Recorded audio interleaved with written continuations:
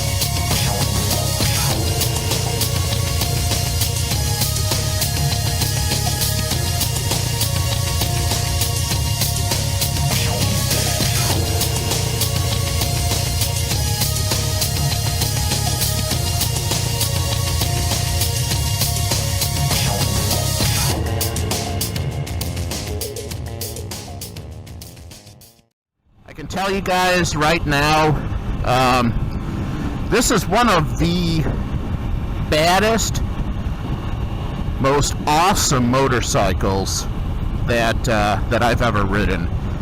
And before we get too deep into this review, I'm just going to go ahead and say this right now. If you're in the market for a sports bike or a sports touring bike, why the fuck haven't you bought this bike already? I mean, this bike is just absolutely amazing.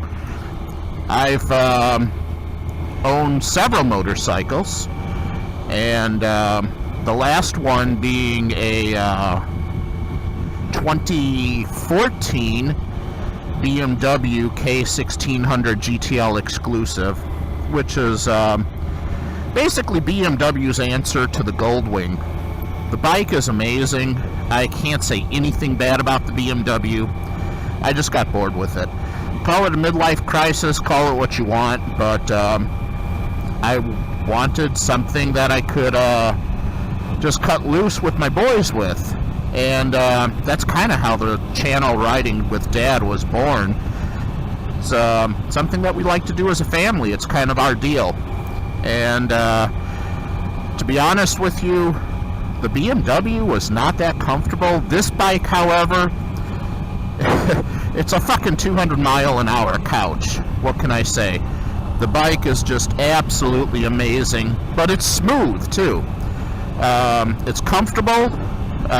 When we talk about comfort, on a scale of 1 to 10, if you want me to compare it to other super sports out there, it's off the chart. It's beyond a 10. If you want me to compare it to something like a Goldwing, I mean, a Goldwing is a Goldwing. I'd probably have to say this bike is probably somewhere around a 7 when you match it up against something like that.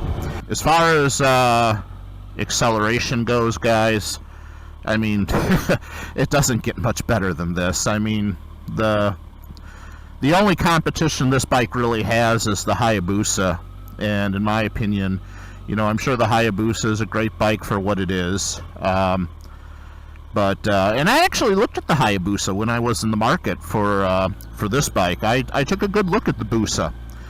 And all I can say is that this bike is just a lot more comfortable. Plus, when I looked at the numbers, this bike is also a lot faster than the Busa as well. I shouldn't say a lot faster. I mean, we're probably talking like 0.2 of a second on the 0 to 60, which in the grand scheme of things is nothing. But for a 41-year-old fart like me, who believes he's 20 years old again, it's everything. And if I'm going to pay $15,000 for a bike, I mean, I want everything. I think this bike is running close to 200 horsepower or so. I've got this bike completely stock. 915 miles on it. And the fact that that I'm reviewing this bike, yeah, I am a little biased because it is my bike. So I am biased. As far as handling goes, if I was going to go to the track, guys, this is the way it breaks down. If I was going to go to the track and I was going to go run the twisties, I'd rather be on my kid's 600 RR. I'd rather be on the 2013 CBR. This is a heavy bike. It's like 590 pounds empty. But, that being said, this bike on a drag strip is really where you want it. That's where it holds its own. And there's very few bikes out there that would be able to give this bike a good run for its money on the drag strip. Now, your options if you want to customize this are endless. I'm planning on putting an Alien Head 2 on here and a PC5. Maybe flash the ECU someday. Not sure. It's a consideration.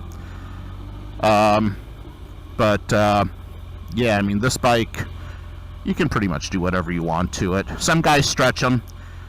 I don't really want to stretch it. I kind of like the fact that if I hit it kind of hard, I can get that front tire off the ground. Obviously, stretching it, you're going to lose that ability somewhat. This bike does have traction control. I usually leave it on traction control 1, which is the lowest setting. You can run it all the way up to traction control 3. It's also got a low power mode. So in low power mode, guys and gals, you're getting, I think, 60% or I want to say 60 or 70% of the engine's performance. So you're not getting 100% out of it. Getting about 60 or 70. And I had it in low power mode initially until I got used to the bike. And obviously now I don't even know how to turn the low power mode on anymore. I like it just the way it is. Okay, guys, I am back.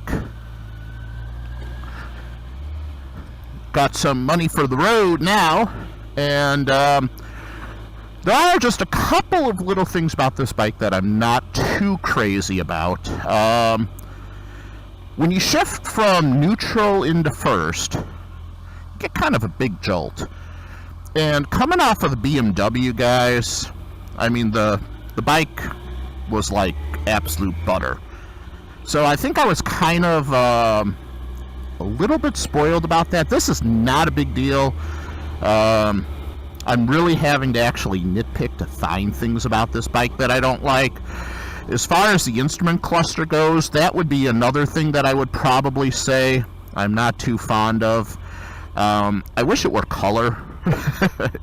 And coming back to the jolt when I go from neutral to first, I'll do it right now. You can see I'm in neutral, and that's first. And as you can see, my hand is, of course, all the way on the clutch. But there's really nothing you can do about that. Like I said, I'm being nitpicky. As far as the display goes, I'd love to see everything all digital, except for the tach. I like the analog tach. I'd like to see the speedometer. I'd like to see a bigger multi-function display with a speedometer incorporated into it. But again, being nitpicky, being very, very nitpicky, just to find something to criticize this bike over. It is super smooth. This bike just rides like a dream, and I know that everybody's gonna call me crazy when I say this, but BMW, let's just get this off my chest right now. BMW puts the shittiest seats. You've got the most expensive bike out there with the shittiest seats. And like I said, I'm a big guy. And 40 minutes on that bike, and I was ready to get off. And going on the BMW forums, I can tell you that there's 140, 150 pound guys that had the same complaints. So if you want to really be comfortable on a Beamer, you really need an aftermarket seat. That's just my humble opinion. So you can take that for what it's worth. As far as this bike goes, I've got a stock seat on here. The stock seat is perfect. I don't see a reason to upgrade the stock seat. I love it. It's comfortable. I've ridden this bike for almost 2 hours without a break. I felt fine. I felt like I could have easily ridden in another 2 hours. You know, like I said, it's a 200-mile-an-hour couch. As far as the gauges go, high beam, low beam, this controls all of your displays, or I should say, the MFD. Hey, dickbag, you're not going to let me in? And I'm trying to be nice. I should have just fucking floored it and forced my way in, but I'm a polite guy, so I'll behave. You can program in exactly where you want the shift light to turn on, which I think is really cool. I've got my shift light programmed to turn on at 10.5. Red line's 11,000. You know, like I said, the bike just loves to be on the road. It loves to be going fast. And there goes the front tire a little bit. That was actually so smooth. I had my front tire a couple inches off the ground and I didn't even realize it. But the bike is just so smooth. If you get the front tire a little higher than that, it will, it can come down kind of hard, but you got to remember, it's a heavy bike. It's a heavy bike. I'm a bigger guy. Again, nitpicking. So we talked about the speed, we talked about the acceleration, we talked about the comfort. Let's talk about the value. For the price, on a scale of 1 to 10 as far as value goes, in my humble opinion, I would have to give this bike an 8. I think it's an extremely good value. 15 grand's a lot of money to pay for any motorcycle, but for what you're getting, for what this bike is, for the speed, for the acceleration, for the comfort,